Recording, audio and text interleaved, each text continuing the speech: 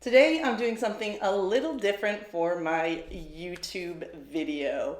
I asked my newsletter subscribers to submit their most recent or favorite collection or design that they would like to be critiqued by a professional surface designer.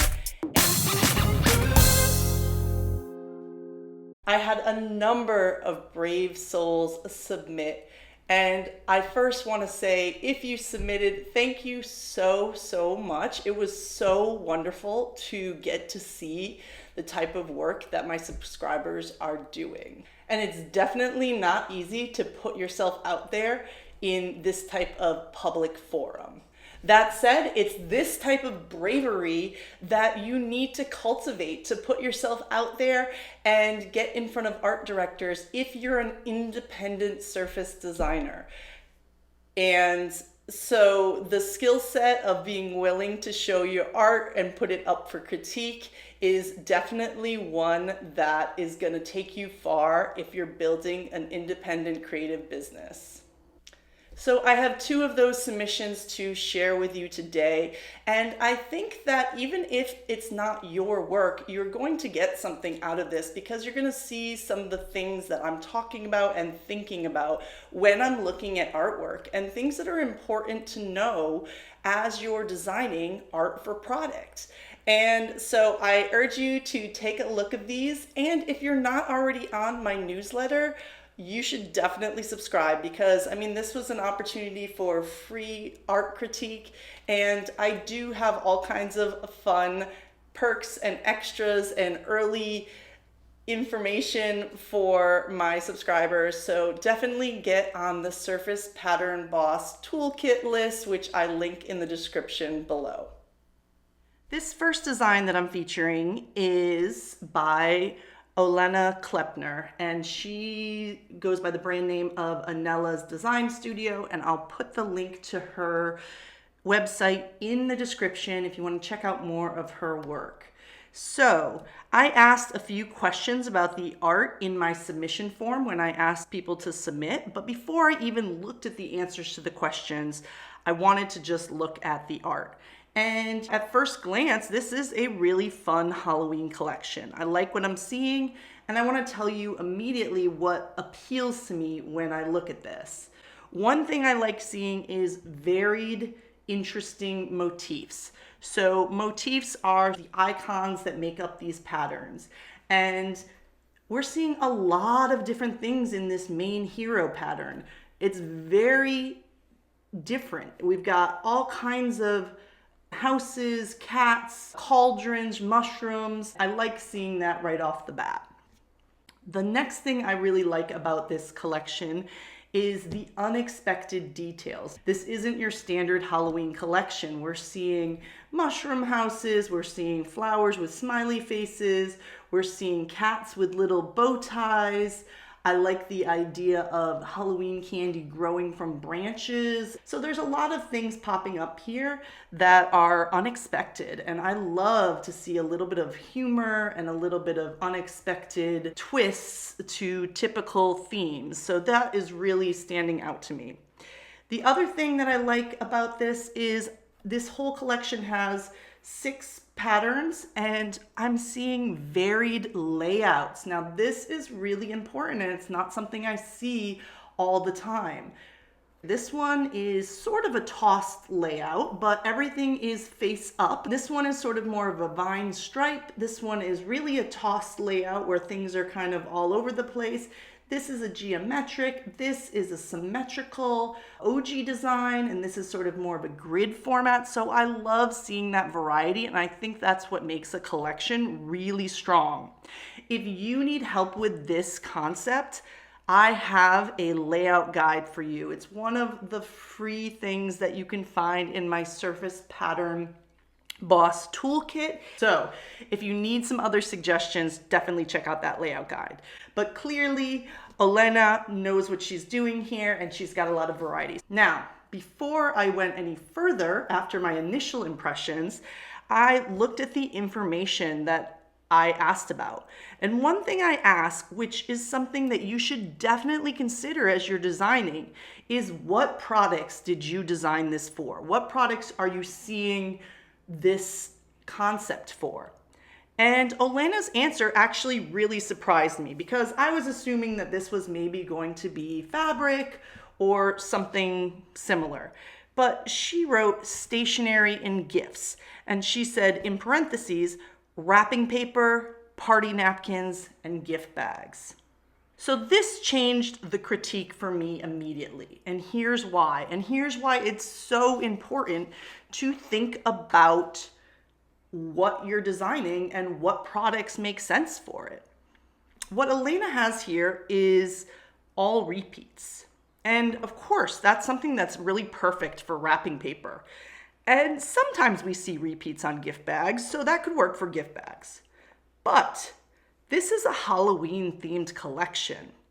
I'm not sure about you, but I don't think I've ever seen Halloween gift wrap or gift bags in stores. It might exist somewhere on the internet, right? There might be some retailer or certainly some Etsy store owner who sells Halloween gift wrap. But for the most part, this is not really a category. Halloween isn't really a gift-giving occasion. So to have something that is Halloween themed doesn't make sense as wrapping paper. It doesn't make sense as gift bags. So that's going to put a dent in that idea. The next thing she had suggested was party napkins. And yeah, we definitely have a lot of Halloween parties. I'm sure you've seen Halloween plates and napkins. But the truth is, they don't usually use repeats.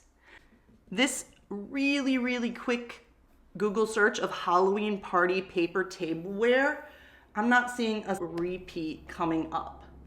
I guess I see something here.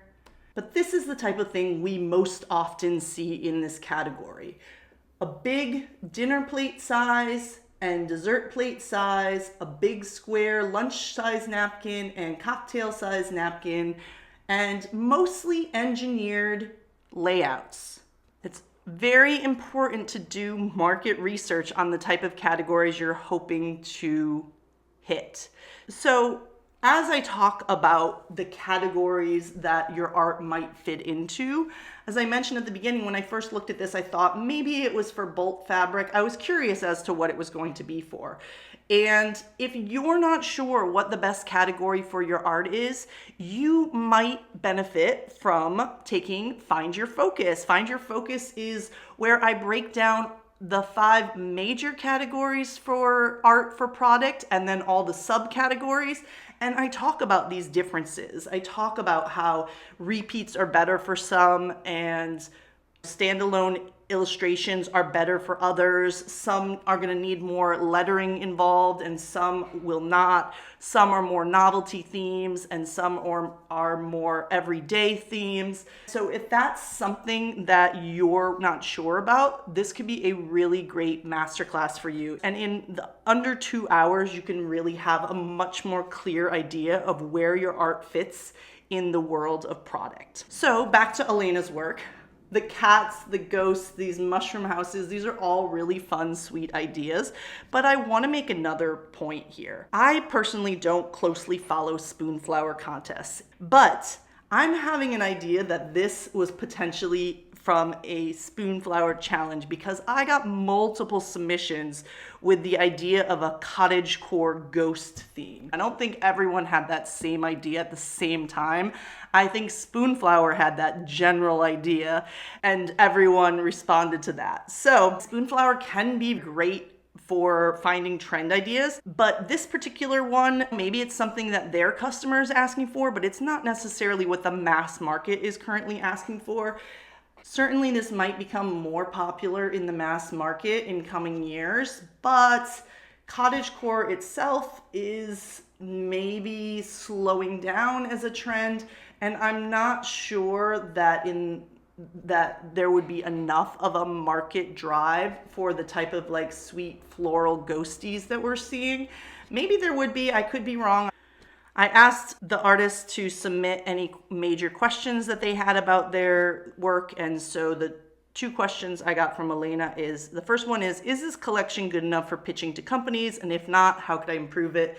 And certainly we've talked a little bit about that, but if you were pitching this to a company that did wrapping paper or gift bags or party napkins, if I was the art director, I would be passing on this. And it's not because you don't have cute elements, because you definitely do, but this isn't in any sort of format that, again, I would understand for my product. If you took some of these really sweet elements and reworked them into a format that is circular and square and sort of considered the final product that you're thinking about a little bit more, I think that this could be a really great thing. But as it stands, it really doesn't quite align with the category that you're hoping to pitch. To your next question, which is, I included an argyle pattern in this collection. Does it make sense to add simple geometric patterns to collections, or is it better to focus on creating only complex and interesting layouts?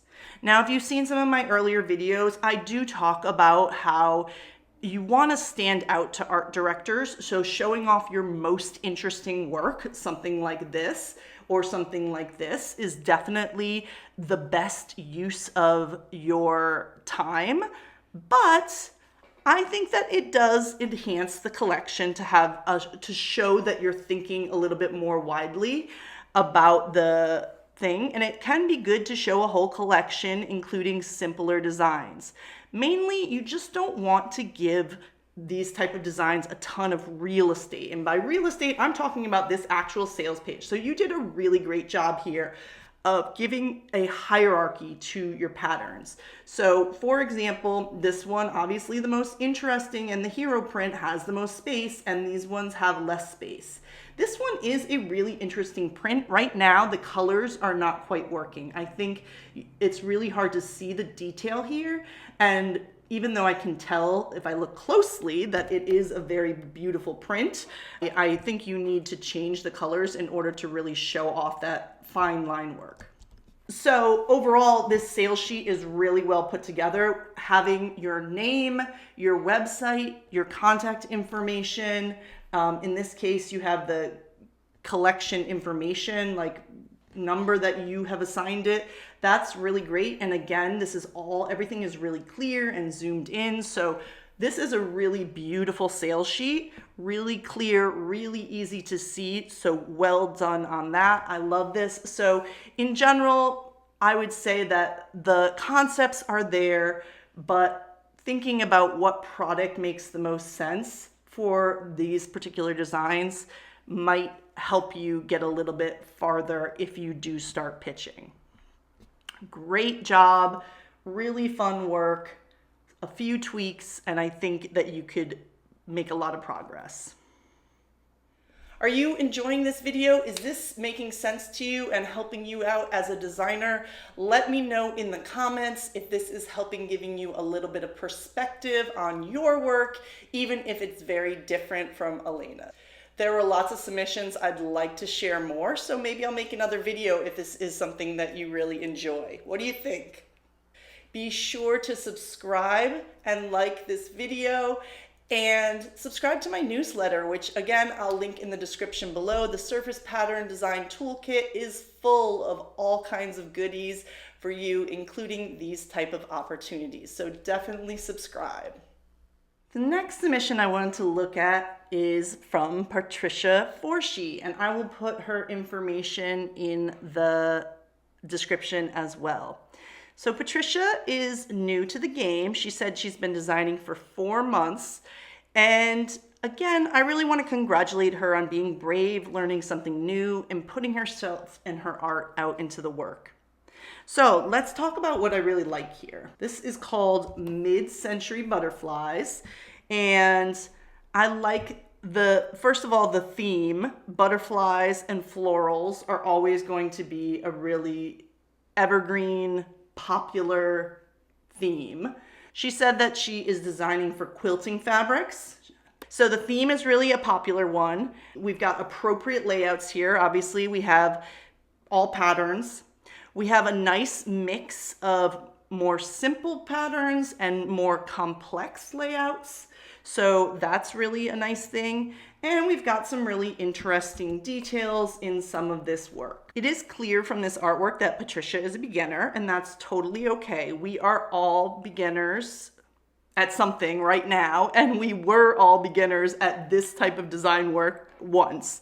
So no matter what stage you're at, when you look back at your art you did maybe even a year ago, you often want to make changes. So it's a beautiful thing that we can grow and learn new things consistently. The reason I say that it is pretty clear that Pat is a beginner is because I'm seeing something here that I often see with beginner designers. And that's what I call the stamp effect.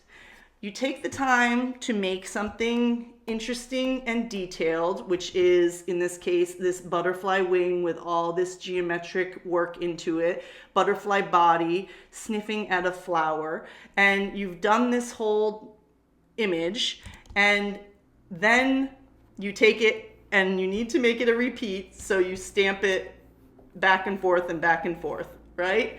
The same is happening here. So each of these designs really only has one, in this case, maybe two motifs happening. The best way to start to evolve from this stamp effect is to take the time to make multiple motifs or icons for each design. So even when you are doing something that is going to be all butterflies or all flowers, you can make varied motifs. So I looked into my archives to show you a few examples. This is a very old pattern that I did, but you're seeing here that I have multiple butterflies, and I've done some different work with adding a little bit of this sketch texture. They're different, slightly different colors. They're just different designs. The same idea for this recent sunflower pattern I did. This is all sunflowers. This is all sunflowers that we're looking straight onto. But as you can see, there's some variety, and that gives it some interest. So taking some time, especially with something as diverse as butterflies, to make 5 different butterflies is going to make this pattern sing so much stronger, so much more interesting, all right? And it's true that there can certainly be simple patterns, right? We could have this very simple pattern and you could leave this as is. There can be one simple pattern, but for the whole collection, you're going to want to have some variation, especially if this is the hero print. I'm not sure which is supposed to be the hero print. I'm going to assume it's this one. Maybe it could be this one if the scale was larger. But either way, you're going to want to have some variety. Another telltale sign that Patricia is a beginner is the heavy use of symmetry and shape tools. And again, that's totally okay. We're all beginners. I think that that is a great way to start learning the programs that you need to learn. But I will say for something like flowers and butterflies, we do tend to think of more organic, more hand-drawn shapes rather than these more rigid, perfectly symmetrical shapes. Now, this collection is called Mid-Century Butterflies, and it's true that that mod look often is built on shapes, but I think if you look at original references from actual mid-century fabrics, you'll see that a lot of times these shapes are a little bit more organic and not quite as rigid as a perfectly crafted shape that you can get with a computer. So giving a little bit of bounce to different shapes and giving them a little bit more organic look, especially these flowers, not quite as perfect symmetry, could really add a lot to this collection as well. As you build out multiple motifs, that's something that you can do. And then putting it into a repeat in a way where you're just rotating and flipping a pattern, it is an easy way to make sure that a pattern fits in, but it's not necessarily the most pleasing. All in all, this is a really good job for someone who's only been doing this for 4 months. So Patricia's question was, to what degree do the designs complement each other and how can they be improved through overall design, composition, or color to best complement and complete the collection? So I've talked a little bit about some ways to improve individual patterns, but let's talk about the collection itself.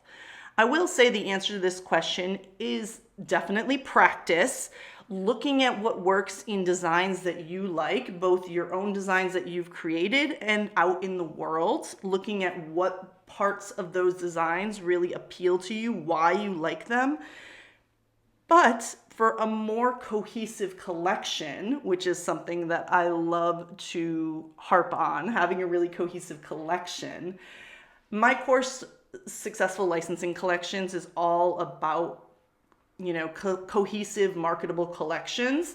And it's a really great dive into how to create marketable work, how to find themes that make the most sense, and how to do these type of critiques for yourself. I have questionnaires so that you can look through all the different parts of a pattern or a illustration and decide what might need work to make it stronger.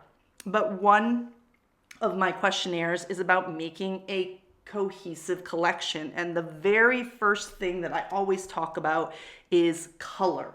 Okay, so let's figure out what colors we've got here. We've got this dark blue or navy or black. We've got an orange. I'm just roughly figuring out what colors we have. We got this lavender. We have this purple. This one also has like a yellow in here, which I'll grab from here. All right, so, if I put this together, we've got 2 oranges, 2 yellows, 2 purples, maybe 1 maroon and 2 pinks. This is not an untenable palette, but I think the use of the palette is maybe what's making it harder to see. So for example, if this was the main print, usually in your main print, whichever it is, if it's this one or this one, you want to use most of the colors. And then in your other prints, you're going to use just some of the colors, and you want to make sure it looks balanced. So for example, we have 2 blue backgrounds that are very similar. I think this one's a little bit more gray, but that I might make it this light purple. And already just doing that one move is pulling this and this together a little bit more. Then I might use this maroon. Let's see if I can do this here. Again, this is really, really rough, but what if I made that there? And you see how already, now this was a quick fill and it doesn't work perfectly, but you see how already these two are starting to look like they go together a little bit more. Now again, if we move over here, we've got the purple, we've got the yellow. What if we use this light orange in here?